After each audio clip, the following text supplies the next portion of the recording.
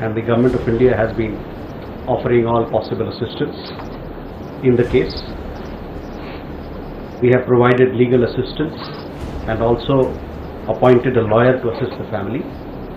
We have ये बयान मात्र बयान नहीं बल्कि मौत और जिंदगी के बीच खड़ी निमिषा प्रिया के लिए उम्मीद का वो पैगाम है जो उसे मौत के मुंह से बचाकर अपने देश भारत वापस ला सकता है। दरअसल एक्टिविस्ट ग्रुप और प्रभावशाली धार्मिक नेताओं ने इस मामले में दखल देने के बाद निमिषा प्रिया की मौत की सजा टाल तो दी है, लेकिन निमिषा प्रिया की सजा अभी माफ नहीं की गई है। मौत का साया अभी भी केरल की निमिषा प्रिया के ऊपर मंडरा रहा है। लेकिन गुरुवार को जब विदेश मंत्रालय के प्रवक्ता रणधीर जायसवाल ने मामले को संज्ञान में लेते हुए यह बयान दिया तो निमिषा प्रिया और उनके परिवार को उम्मीद फिर से जाग गई। As also the family members to resolve this issue. This included concerted efforts in recent few days to seek more time for the family of Miss Nimisha Priya to reach a mutually agreeable solution with the other party. The local authorities in Yemen have postponed carrying out her sentence that was scheduled for 16 July that you're well aware of. We continue to closely follow the matter and render all possible assistance in the case. We are also in touch with some friendly governments in this regard. Bharat सरकार activist group और प्रभावशाली धार्मिक नेताओं के हस्तक्षेप की वजह से मौत के मोहरे से थोड़ी दूर खड़ी निमिषा प्रिया को मौत के मुंह से जिंदगी की राह पर ले आई है। निमिषा प्रिया यमन के हूती विद्रोहियों के नियंत्रण वाले सना की जेल में मौत की सजा का सामना कर रही है। भारत सरकार इस मामले में निमिषा प्रिया के परिवार को हर संभव मदद दे रहा है। भारत सरकार ने हाल के दिनों में प्रिया के परिवार को दूसरे पक्ष के साथ आपसी सहमति से समाधान निकालने के लिए और समय देने के लिए लगातार प्रयास किए हैं। शायद ये इसी का नतीजा है कि निमिषा प्रिया की मौत की सजा टली है। दरअसल ये कहानी शुरू होती है 2017 से, जब निमिषा प्रिया पर अपने एक यमनी व्यापारिक साझेदार की हत्या का आरोप लगा था। भारतीय नर्स निमिषा 2017 से जेल में बंद हैं।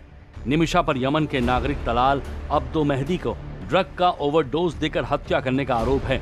दरअसल निमिषा और मेहदी यमन एक प्राइवेट क्लिनिक में पार्टनर थे। आरोप है कि मेहदी ने निमिषा का पासपोर्ट अपने कब्जे में ले रखा था और उसे प्रताड़ित करता था। ये घटना यमन में हुई थी और कानूनी प्रक्रिया के बाद 2020 में निमिषा को मौत की सजा सुनाई गई थी। निमिषा की आखिरी अपील भी 2023 में खारिज हो चुकी थी। केरल के पलक्कड़ में ये नर्स अब यमन की राजधानी सना की एक जेल में बंद है। भारत सरकार ने अपनी तरफ से हर संभव प्रयास किए, लेकिन यमन की जटिल और अस्थिर स्थिति के कारण ज्यादा कुछ कर पाना मुश्किल लग रहा था। सुप्रीम कोर्ट को केंद्र सरकार ने सोमवार को बताया था कि वे हर संभव कोशिश कर रहे हैं, लेकिन यमन की जमीनी हकीकत चुनौतियों से भरी है।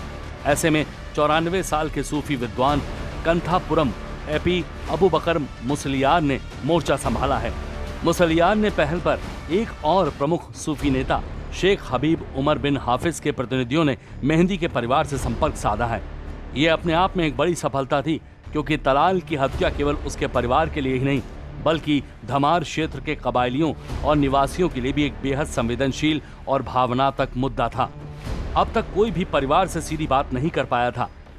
मंगलवार को यमन के स्थानीय समय अनुसार सुबह 10 बजे धमार में मेहदी के परिवार और शेख हबीब उमर बिन हाफिज के प्रतिनिधियों के बीच एक महत्वपूर्ण बैठक हुई थी।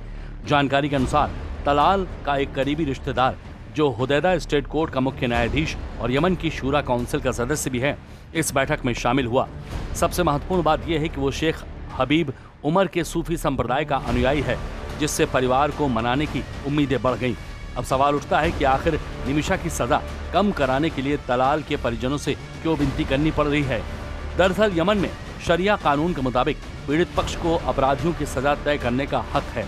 हत्या के मामले में मौत की सजा है, लेकिन पीड़ित का परिवार पैसे लेकर दोषी को माफ कर सकता है। इसे दिया या ब्लड मनी कहा जा सकता है। इसका जिक्र कुरान में भी किया गया है। पीड़ित परिवार को पैसे देकर सजा से मुक्ति यमन में पाई जा सकती है।